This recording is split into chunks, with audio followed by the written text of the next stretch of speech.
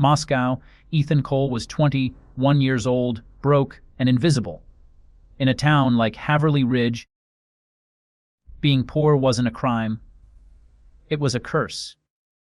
He worked odd jobs, slept in a room that smelled of damp wood, and lived each day, counting the coins that barely kept him alive. His dreams had been traded long ago for survival, and his hope was something he didn't have the luxury to feed anymore. That was before he met Margaret Harwood, 71, elegant,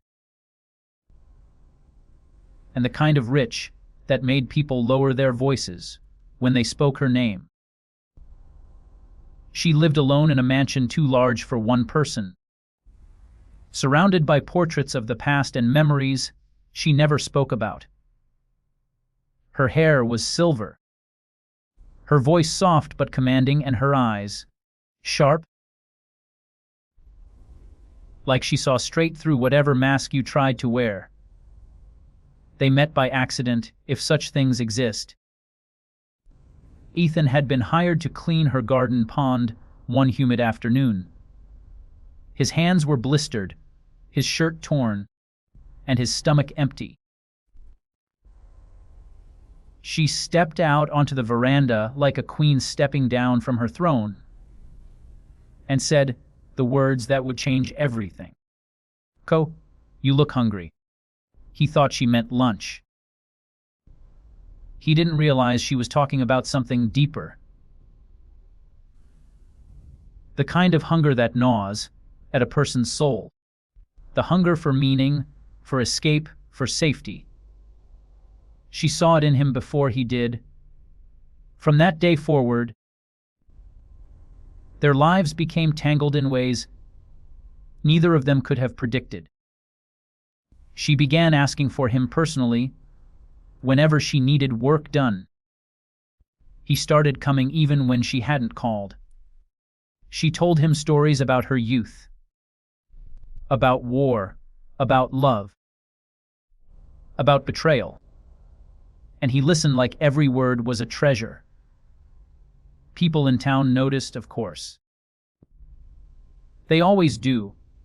The rumors started before the first snow. The poor boy and the rich widow. The whispers of an arrangement. The cruel laughter that followed him wherever he went. But Ethan told himself it didn't matter. He had grown up with nothing. If this was the way the world worked, maybe he could finally learn to play the game. So when she looked at him one evening and said, "Ethan, I want you to marry me," he didn't laugh. He didn't even hesitate. He told himself it was practical, logical, a way out. She was lonely. And he was desperate. An honest exchange between two people who had both run out of time in different ways. But what Ethan didn't know, what he couldn't possibly have imagined, was that Margaret Harwood had plans of her own. Plans that reached far beyond money or companionship. And before it was over, he would learn that marrying her for her money was the smallest mistake he'd ever made. At first, their marriage was quiet, almost peaceful. Margaret seemed content, and Ethan told himself he was too. She treated him with warmth and patience, always with that calm dignity that made him feel both small and safe. She never raised her voice, never demanded affection. She simply watched him, as if waiting for him to reveal who he really was. In those early weeks, Ethan explored the mansion like a child lost in a dream. The marble halls, the chandeliers, the old library that smelled of dust and secrets. It was another world, a world that didn't belong to him. At night, he would lie awake in a bed softer than clouds, staring at the ceiling, trying to remember how it had all happened so fast. Sometimes, when she fell asleep beside him, he'd study her face, the wrinkles carved deep by time, the silver hair that shimmered even in the dark.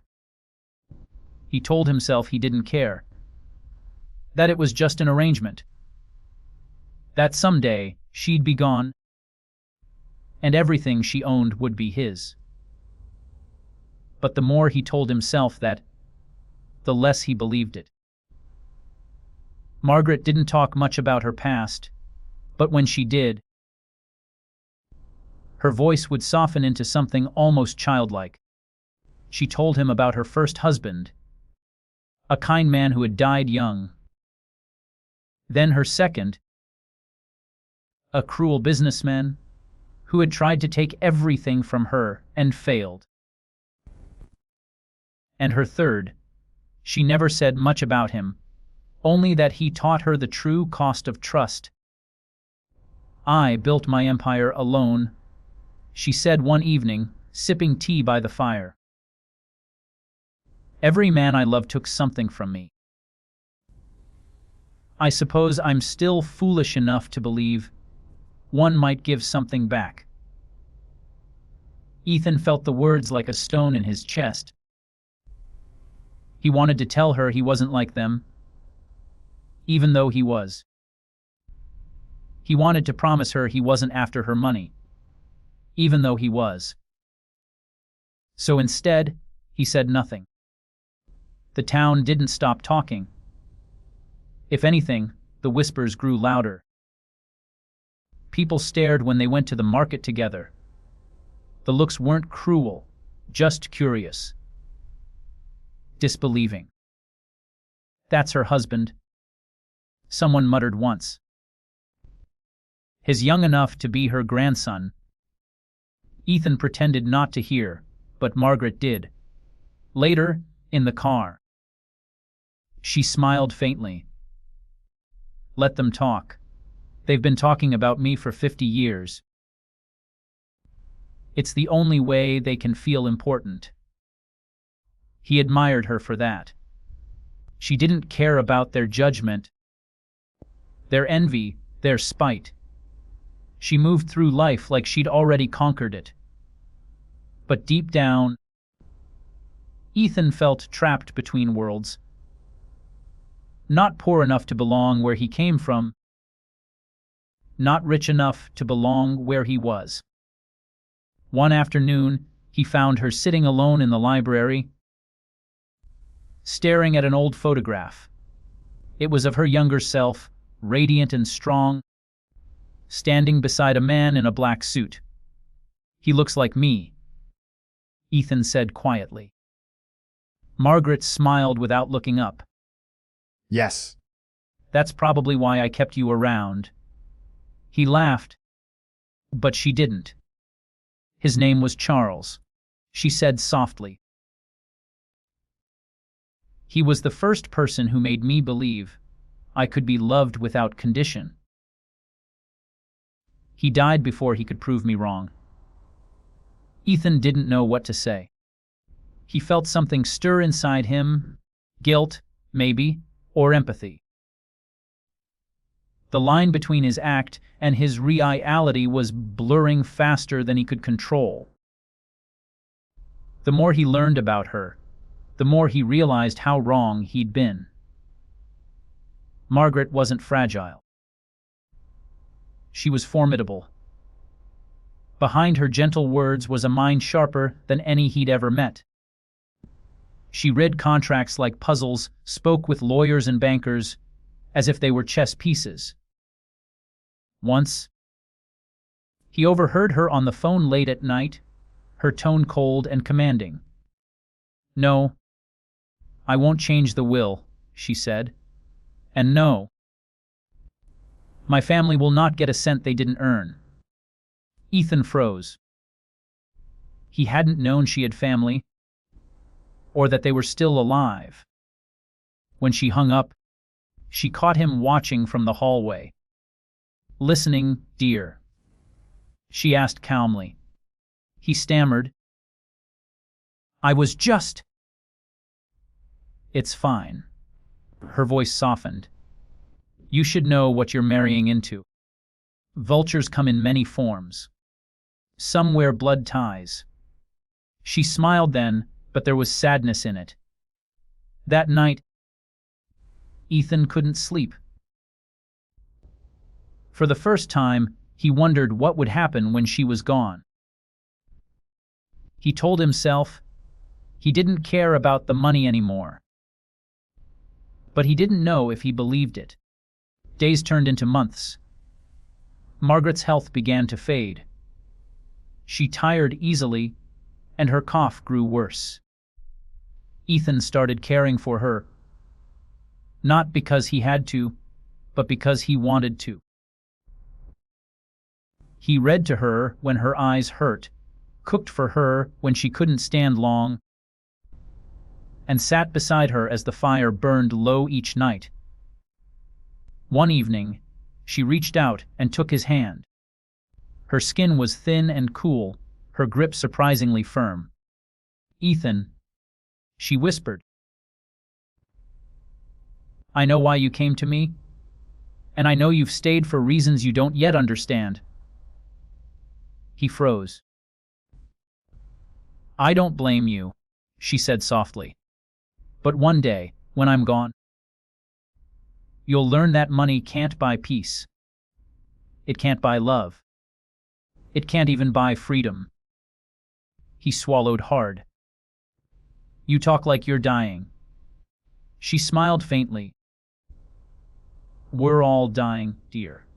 I'm just closer to the truth of it. Weeks later, she fell ill. The doctors came and went, shaking their heads with practiced pity. Ethan sat by her bedside for hours, holding her hand, begging her to eat, to drink, to stay. And one night, just before dawn, she whispered something that would haunt him for the rest of his life. Ethan, you'll find the truth in the letter. He frowned. What letter? But she didn't answer. Her eyes drifted closed, her breathing slowed, and she was gone. The funeral was small, quiet, and full of people who pretended to care. The air reeked of perfume and hypocrisy. Ethan stood alone at the edge of the crowd, numb and hollow. The woman he had once thought of as his ticket out of poverty had become something else entirely. His only friend. His only family. Ethan sat alone in the mansion's study, the walls heavy with silence. The clocks ticked like distant heartbeats, echoing through rooms that suddenly felt colder. The envelope trembled in his hands. He knew whatever was inside would decide the rest of his life. He tore it open. Margaret's handwriting sprawled across the page, uneven but elegant. My dear Ethan, if you're reading this, it means my time here is done, and yours is about to begin. I won't pretend I didn't know why you married me. I knew from the first moment I saw that hunger in your eyes. But what you never understood, my dear boy, is that I needed you just as much as you needed me. You gave me laughter when I'd forgotten what it sounded like. You gave me warmth in a house that had been cold for too long. And though our marriage began as a transaction, it became something far more honest, because neither of us could lie to ourselves forever. Now, listen carefully. The estate, the money, the company, none of it is yours. It will never be yours. I have placed everything into a charitable trust. This house will become a home for those like you once were, young, lost, and invisible to the world. You, Ethan will oversee it, not as an owner, but as a caretaker. Your salary will be modest, but your purpose will be greater than any fortune. I do this not to punish you, but to free you. You came here searching for wealth, but you found something much rarer. Your own heart. Don't waste it again. You are capable of goodness, Ethan. That's what I saw in you when no one else did. Don't grieve me. Live well. Margaret Harwood. He read it once. Then again. Then again. By the third time, his hands had stopped shaking, and tears had started to fall. Slow, silent, relentless. He had expected gold, deeds, power. But she had left him something else entirely, a mirror. One that reflected every lie he'd told. Every piece of himself he'd traded away for comfort. He sat there until the sun rose, light spilling through the tall windows, brushing across the paper like forgiveness. For the first time in years, Ethan smiled, not out of victory, but out of surrender. The weeks that followed were quiet. The relatives who'd come circling for inheritance left disappointed, muttering curses as they drove away. The lawyers finalized the trust. The mansion changed, slowly at first, then completely. The polished halls filled with life again. Rooms that had once been silent opened their doors to children from broken homes, to lost teenagers and struggling young adults. Kids who reminded Ethan of himself. He worked hard. He learned how to listen. He learned that love didn't have to look romantic to be real. He stopped counting money and started counting moments. Laughter in the garden, dinners shared. New beginnings made possible because one woman had seen something in him worth saving. Years passed. The town forgot the scandal. The whispers faded. Gao. The mansion that had once been a symbol of greed and mystery became known as the Harwood Home for Youth. A sanctuary for the forgotten. And Ethan Cole, the boy who married for money, became its quiet guardian. One afternoon, nearly 10 years later, a journalist came to write about the place. She found Ethan tending the garden, sleeves rolled up, dirt under his nails, humming softly. "You're Ethan Cole?" she asked. "The one who married Margaret Harwood?" He nodded, smiling faintly. "That's me." "They say she left you nothing," the journalist said carefully. He chuckled. "They're wrong." "Oh. What did she leave you?" He looked up at the mansion, at the windows glowing with sunlight, at the laughter drifting through the halls, at the faces of the children who had finally found a home. Then he looked back at her and said quietly, "Everything that matters." That night, when the house was still, Ethan walked out to the pond. The same one where he'd first met her. The water shimmered under the moonlight, and the lilies floated like ghosts of memory. He sat on the edge, listening to the wind rustle the trees. And for a moment, just a fleeting, fragile moment, he could swear he heard her voice again. "You look hungry." He smiled. "Not anymore." Then he stood, looked back at the mansion, his home, her legacy, and walked inside. The letter folded in his pocket, his heart finally at peace. Epilogue years later, when Ethan himself was old and gray, he still kept Margaret's letter locked in his desk. Whenever new arrivals came to the Harwood home, young, lost, and afraid, he'd tell them, "Everyone here came for something. Most of us thought it was money, safety, or luck. But what you'll find is much harder and much better." And, when they asked him what that was, he'd smile the same tired, gentle smile Margaret once had and say, "Yourself."